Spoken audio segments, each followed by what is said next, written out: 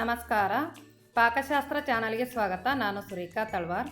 ಇವತ್ತು ನಾನು ತುಂಬ ಸುಲಭವಾಗಿ 10 ನಿಮಿಷದಲ್ಲೇ ರೆಡಿ ಆಗುವಂತಹ ರುಚಿಕರವಾದ ರೆಡಿಮೇಡ್ ಫ್ರೈಡ್ ಶಾವಿಗೆದು ಪಾಯಸನ ಮಾಡ್ತಾ ಇದ್ದೇನೆ.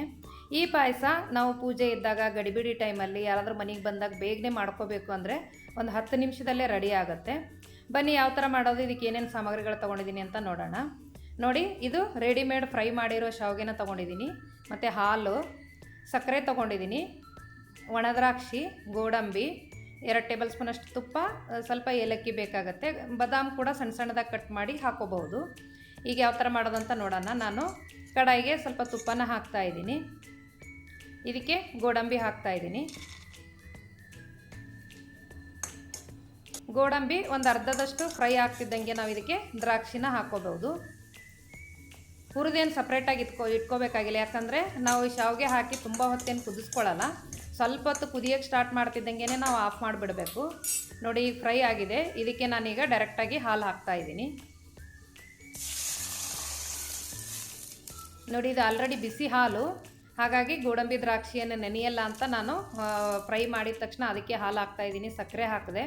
ಸಕ್ಕರೆ ನೀವು ಹೆಚ್ಚು ಕಡಿಮೆ ಹಾಕೋಬಹುದು. ಹಿಂಗೆ ಕುದಿಯೋಕ್ಕೆ ಸ್ಟಾರ್ಟ್ ಮಾಡ್ತಿದ್ದಂಗೆ ನಾವು ಈ ರೆಡಿಮೇಡ್ ಶಾವಿಗೆನ ಹಾಕೋಬಹುದು.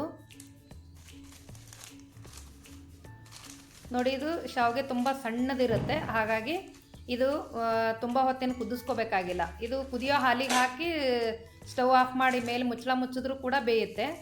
ಇಲ್ಲ ಸ್ವಲ್ಪ ಇನ್ನೊಂಚೂರು ಚೆನ್ನಾಗಿ ಬೇಯುತ್ತೋ ಇಲ್ವೋ ಅನ್ಸಿದ್ರೆ ನೀವು ಹಾಕಿದ ಮೇಲೆ ಸ್ವಲ್ಪ ಹೊತ್ತು ಹಿಂಗೆ ಕುದಿಯೋಕ್ಕೆ ಸ್ಟಾರ್ಟ್ ಮಾಡುತ್ತಲ್ಲ, ಆವಾಗ ನೀವು ಸ್ಟವ್ನ ಆಫ್ ಮಾಡ್ಕೊಂಡ್ಬಿಡ್ಬೇಕು. ನೋಡಿ, ಈ ಥರ ನಾನು ಸಣ್ಣ ಸಣ್ಣದಾಗಿ ಕಟ್ ಮಾಡಿ ಹಾಕ್ತಾಯಿದ್ದೀನಿ. ತುಂಬ ಬೇಗ ಅಂದರೆ ಬೇಗ ರೆಡಿ ಆಗುತ್ತೆ. ಟೇಸ್ಟ್ ಕೂಡ ಚೆನ್ನಾಗಿರುತ್ತೆ, ಯಾಕಂದರೆ ಬರೀ ಹಾಲಲ್ಲಿ ಮಾಡಿದ್ರೆ ಇನ್ನೂ ಟೇಸ್ಟ್ ಚೆನ್ನಾಗೇ ಇರುತ್ತೆ. ಸ್ವಲ್ಪ ನೀರು, ಸ್ವಲ್ಪ ಹಾಲು ಕೂಡ ಹಾಕಿ ಮಾಡ್ಕೋಬಹುದು. ನೋಡಿ, ನಾನೀಗ ಸ್ವಲ್ಪ ಏಲಕ್ಕಿ ಪುಡಿನ ಹಾಕಿ ಸ್ಟವ್ ಆಫ್ ಮಾಡಿದ್ದೀನಿ. ನೋಡಿ, ಚೆನ್ನಾಗಿ ಬಂದಿದೆ. ನೋಡಿ, ಬೇಗ ರೆಡಿ ಆಗುತ್ತೆ ಮತ್ತು ಟೇಸ್ಟ್ ಅಂತೂ ಸೂಪರಾಗಿರುತ್ತೆ. ನೀವು ಕೂಡ ಟ್ರೈ ಮಾಡಿ, ಏನು ಅನಿಸುತ್ತೆ ಅಂತ ಕಮೆಂಟಲ್ಲಿ ತಿಳಿಸಿ.